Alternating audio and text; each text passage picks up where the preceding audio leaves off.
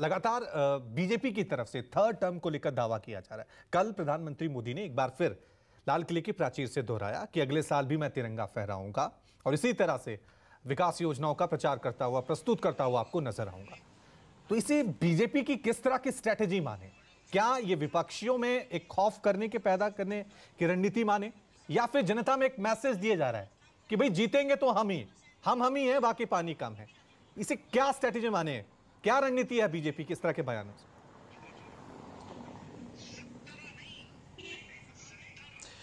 देखिए, बिल्कुल रवि, प्रधानमंत्री ने जो कल बयान दिया, जाहिर तौर पे जब संसद में जब उनका भाषण शुरू हुआ, संसद में नो कॉन्फिडेंस मोशन हुआ था, उसके बाद 15 अगस्त ठीक उसके कुछ दिन बाद आया है और लाल किले की प्राचीर से उनका भाषण हुआ। और उसमें जाहिर सी बात है, आपको याद करना होगा कि उन्होंने देश के लोगों को, देश की जनता को परिवार जन कहकर संबोधित किया, लेकिन आखिर आते आते परिवारवादियों पर निशाना साधा।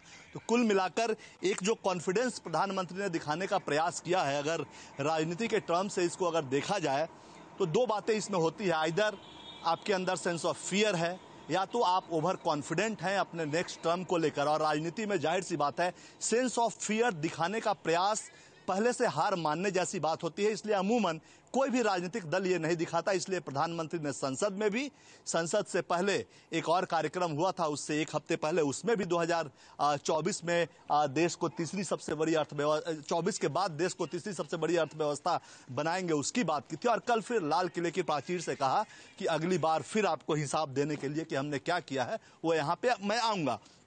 तो कहीं ना कहीं एक कॉन्फिडेंस दिखाने का प्रयास प्रधानमंत्री की तरफ से लगातार चल रहा है, क्योंकि विपक्ष में भी एकता हुई है, इसमें कोई दो राय नहीं है। जो टीम इंडिया, जो विपक्ष ने ग्रुप का नया नाम दिया है, हालांकि उसको प्रधानमंत्री ने घमंडिया नाम से संबोधित किया है और लगातार वो कर रहे हैं, ऐसा कहीं ना कहीं दिखाने का प्रयास है कि वो परिवारवादियों, भ्रष्टाचारियों और तुष्टीकरण करने वाले लोगों का ग्रुप है।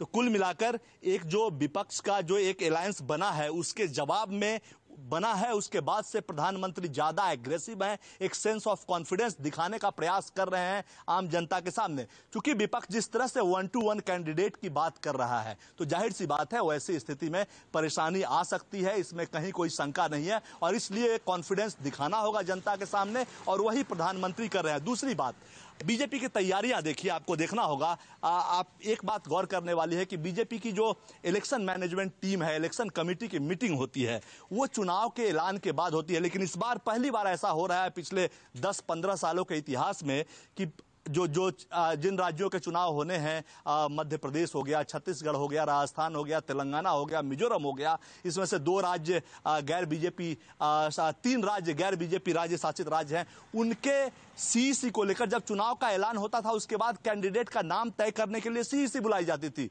लेकिन अब की स्थिति देखिए, आज ही शाम में 5 बजे सीईसी की जो टॉप डिसीजन मेकिंग बॉडी है, टिकट किसको देना है राज्यों में या लोकसभा चुनाव में, उस पर चर्चा करने के लिए आज ही वो बैठक बुला ली गई है, जबकि चुनाव का ऐलान अभी हुआ नहीं है, उसमें अभी 1-2 महीने की देरी है। तो कुल मिलाकर एक तरफ तैयारी है भाजपा की, और दूसरी तरफ प्रधानमंत्री जैसा एक बड़ा चेहरा है जिस पे देश को भरोसा है। चूंकि आपने देखा 2014 के बाद 19 का जो परिणाम हुआ वो ज्यादा बड़ा था, ज्यादा बड़ी जीत मिली थी। और इसलिए बीजेपी को लगता है कि विपक्ष के पास कोई चेहरा नहीं है, इसलिए कहा जाता है कोई दुल्हा नहीं है, बाराती बहुत है और दुल्हा बनने का चाह रखने वाले बहुत है। लेकिन बीजेपी में या एनडीए में आज सदैव अटल का कार्यक्रम था, अटल जी को श्रद्धांजलि देने का जो कार्यक्रम होता है, उसमें भी इस बार पहली बार ऐसा हुआ है कि एनडीए के सहयोगियों को भी बुलाया गया है। तो एक तरफ टीम इंडिया लगातार बैठक करके अपनी ताकत दिखा रही है, वहीं प्रधानमंत्री और बीजेपी और एनडीए अपनी ताकत दिखा रहा है कि हर मौके पे वो साथ हैं। सदन में तो साथ हैं ही, आपने बेंगलोर में बैठक की, हमने दिल्ली में बैठक की, आपकी संख्या 26 थी,